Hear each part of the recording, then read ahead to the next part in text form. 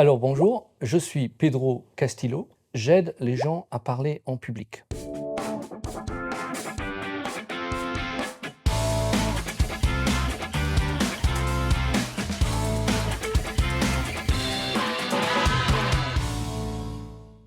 Parle-nous de ton premier téléphone. Alors mon premier téléphone, comme beaucoup de gens je pense, c'était un Nokia, un gros balourd, un 1610 avec la petite antenne encore. Il fallait carrément une brouette pour transporter ce truc-là. C'était le dinosaure des téléphones. Et maintenant, plutôt Team Android ou Team Apple. Moi, je suis un grand fan de l'entreprise à la pomme, par le design des produits, également le design des logiciels qui sont dessus, mais également parce qu'il n'y a pas de bug dedans.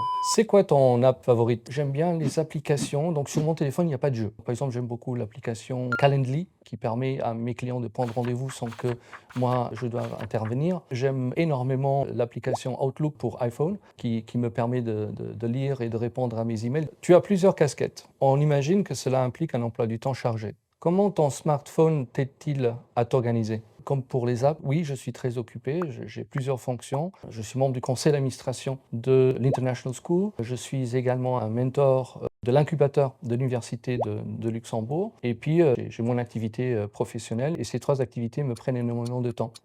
Les journées sont hyper chargées, donc j'enchaîne un rendez-vous derrière l'autre. Si ce n'était pas le petit téléphone avec les applications que j'ai mentionnées auparavant, je pense que je ne ferais pas la moitié de ce que je fais. Je suis très actif sur LinkedIn. Combien de temps passes-tu en moyenne sur les réseaux sociaux par jour? Je passe effectivement une vingtaine de minutes sur LinkedIn par jour. Réseaux sociaux par jour, dans l'ensemble, je pense que je dois passer à peu près 1 heure dessus par jour à différents moments de la journée. On peut vérifier? Oui, bien sûr, sauf que Screen Time n'est pas activé, ça va être difficile de contrôler le temps que je passe sur l'une ou l'autre application. Toi, coach en expression orale, est-il conseillé de s'exprimer de la même façon en ligne qu'en réel? La façon de parler, que ce soit en ligne, que ce soit en réel, doit être la même. C'est-à-dire qu'on a une façon de parler, point à la ligne. Maintenant, ce qui va changer entre le réel et en ligne, c'est qu'en réel, vous n'avez pas de cadrage, c'est-à-dire qu'on voit tout votre corps. Donc la perception qu'on va avoir de ce que vous dites, elle va être le résultat, non pas seulement de ce que vous dites, mais de la façon dont vous bougez et de la façon dont vous évoluez dans l'espace qui vous est donné. Or, en ligne, il n'y a pas ça. Vous avez un cadrage. Et souvent, si vous êtes maintenant en ligne dans une réunion Teams, on va voir plutôt cette partie-ci. Et ça peut devenir très vite monotone si, effectivement, on ne voit pas l'un ou l'autre geste des bras. Donc, ce que je vais vous conseiller de faire, c'est à chaque fois que vous allez en ligne, c'est de vérifier votre cadrage et de voir comment est-ce que vous pouvez apporter un certain nombre de mouvements à l'intérieur de l'écran de cadrage que vous avez à votre disposition. Par texto, les malentendus sont fréquents. Un conseil pour les éviter, sur un message texto, on n'a que les mots, on n'a pas tout le non-verbal. Et le non-verbal, que l'on le veuille ou pas, en tant qu'humain, est important dans la compréhension du message que l'on reçoit. Et donc un message qui peut avoir été envoyé sur un temps tout à fait humoristique peut être compris comme une agression. Donc prenez votre téléphone, téléphonez. Nous imaginons que tu as pu coacher des personnes très influentes. Si tu devais en citer une, ce serait qui? Je ne parle pas des personnes que je coach. Donc, je peux dire que les personnes que je coach, ce sont des personnes influentes, oui. Elles ont des expertises qu'elles partagent avec leurs clients, avec leurs prospects. Elles ont également des épisodes de vie qu'elles partagent. Je passe de très bons moments avec ces gens-là. J'apprends beaucoup également parce qu'elles me racontent ce qu'ils et elles font au jour le jour.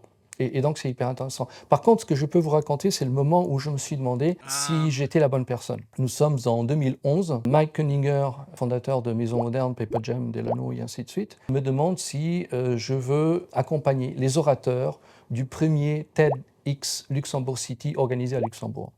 Et bien sûr, moi j'aime les challenges, j'aime les défis, donc je dis oui, on y va. Et au moment où je regarde la liste des orateurs, je vois le nom de Paul Elminger. Paul Elminger fut un politicien émérite du Parti démocratique et en l'occurrence également bourgmestre de la ville de Luxembourg. C'était un politicien aguerri. J'ai demandé à Mike, est-ce que tu veux vraiment que j'aille devant Paul Elminger pour le coacher? C'était une des premières anecdotes que j'ai eues dans mon métier et où je me suis senti vraiment impressionné par le personnage qui était brillantissime. Enfin, quel est selon toi l'élément indispensable à une prise de parole percutante? Je vois beaucoup trop d'orateurs qui vont sur scène pour essayer de convaincre à tout prix. N'allez pas sur scène pour convaincre à tout prix. Essayez tout simplement de partager votre expertise, que vous aviez quelque chose à raconter. Vous avez peut-être quelque chose à vendre aussi. Oubliez l'histoire que vous allez convaincre qui que ce soit. Les gens vont se convaincre eux-mêmes. Ce n'est pas vous qui les forcez à se convaincre. Donc soyez dans le mindset du partage. C'est beaucoup plus percutant que de maintenant étudier beaucoup de choses par cœur et de vouloir à tout prix impressionner et convaincre. Donc soyez authentique.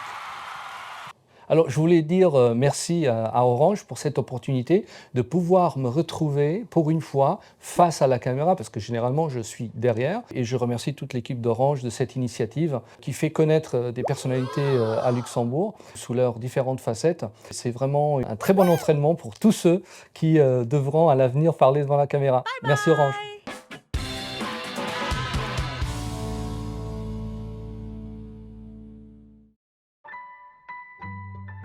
Orange.